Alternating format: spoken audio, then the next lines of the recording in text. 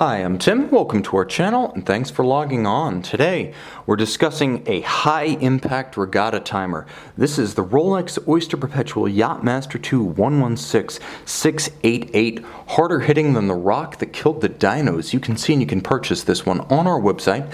Subscribe to our YouTube channel if you enjoy these videos, and please click on the card in the upper right-hand corner of the screen at any time during this video to see our full sales listing for this watch with additional accessories included in the sale, high-resolution images for your desktop, and naturally complete pricing details for this original Rolex Oyster Perpetual Yacht-Master II. Now I do mean original because this was the face of the Yacht-Master II when it debuted back at Basel World 2007. A sensational and ingenious complication with an equally smart interface.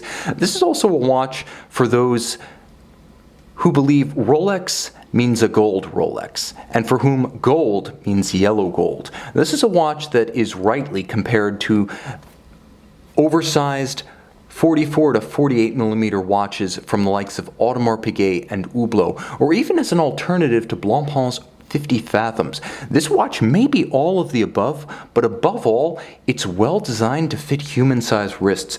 Oversized watches and normal-sized wrists don't always go together, but you can see my 16 centimeter circumference wrist wears this one easily. Now, the key measurements are 44 millimeters across the case, but that's not including the crown guards or chronograph triggers.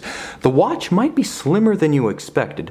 13.7 millimeters, it's only about a millimeter thicker than, for example, a Submariner, and it actually has less outcropping and cantilever to its bezel, so it slides fairly easily underneath a dress cuff. Now that said, the span across the wrist is broad, 50 millimeters lug-to-lug. The watch is going to span a significant 57.3 when you take the two solid end links into account. So broad across the wrist, it's best to go by feel and appearance.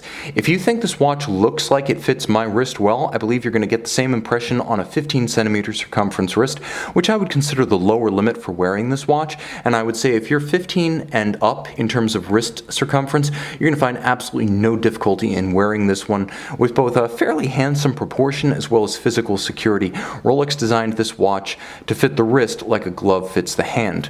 It is quite comfortable, and the clasp and the bracelet act as stabilizing agents, which is to say a hefty watch is best equipped with a hefty bracelet and clasp to counterweight it, and that you have right here. The watch is equipped with a solid end link, solid center link, full Rolex yellow gold bracelet, like the movement, like the case, like the dial. All of this made in-house. You can see the polished center satin flanks, polished outer arms, and then you'll note that the interior of the clasp, in the fashion of Rolex's flagship timepieces, is entirely polished, not media blasted. You'll also note just how complex the mechanism is becoming as these clasps are now over-engineered, deceptively simple from the outside, and user-friendly as the watch features Rolex's 5mm Easy Link that allows you to take in or take out the equivalent of one sizable link from the bracelet.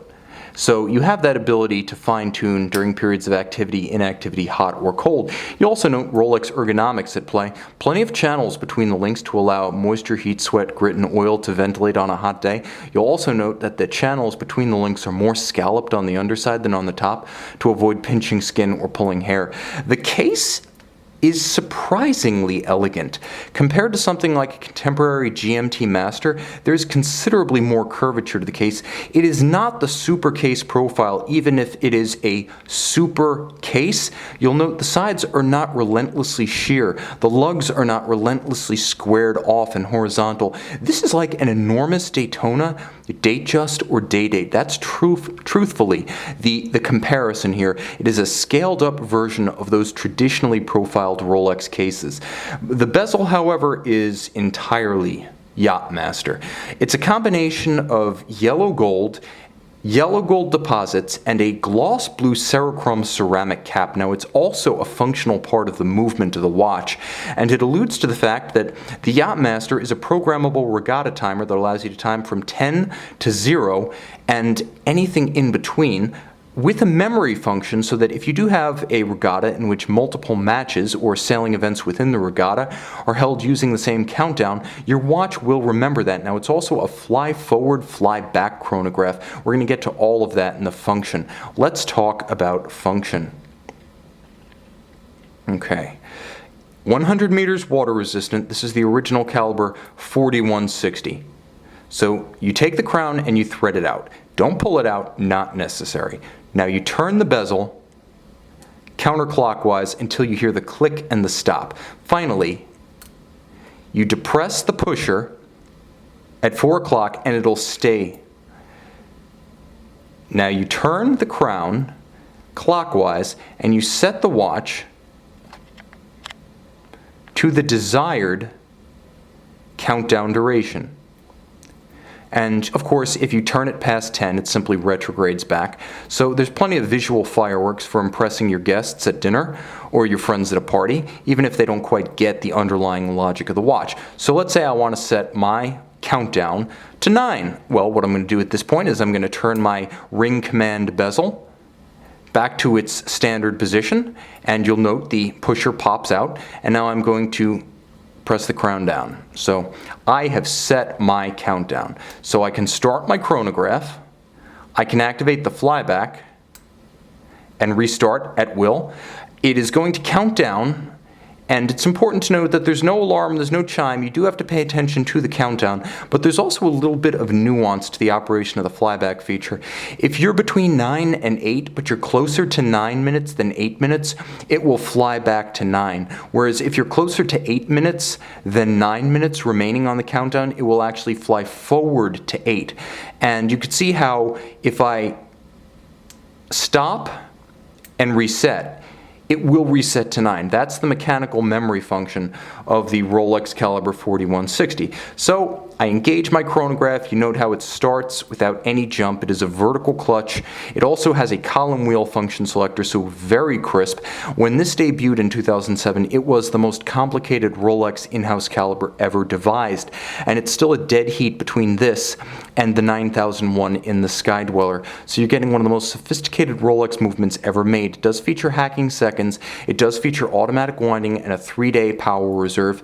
It features a full balance bridge with a free-sprung index for toughness, so you have that shock resistance, but it also has a overcoil architecture to the hairspring to allow the watch to beat and keep time evenly in many positions.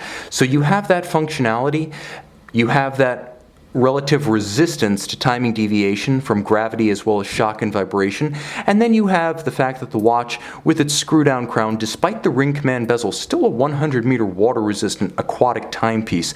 So this isn't just for operation high and dry on the deck of a yacht.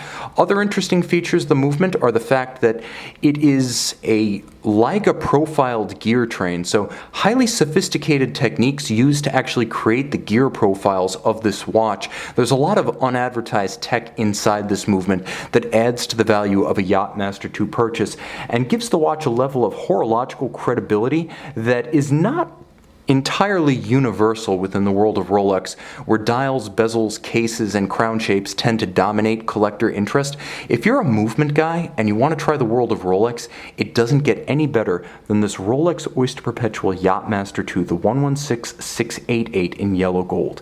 You can see it with the visible presence and wrist stance of a mushroom cloud on our website. Kaboom! And there it goes. Surprisingly discreet by night, the watch doesn't have nearly the same presence, however outlandish it may be, when you see it by night. Now this is a watch that has plenty of legibility and a few hallmarks that dated as the pre-2017 model when the watch gained a triangular index at 12 as well as a Mercedes-style hour hand. So you can see this is the original variant of the Yacht-Master II, a rarely seen full yellow gold model. You can see this rarity and engineering milestone for modern Rolex and make it yours on our website.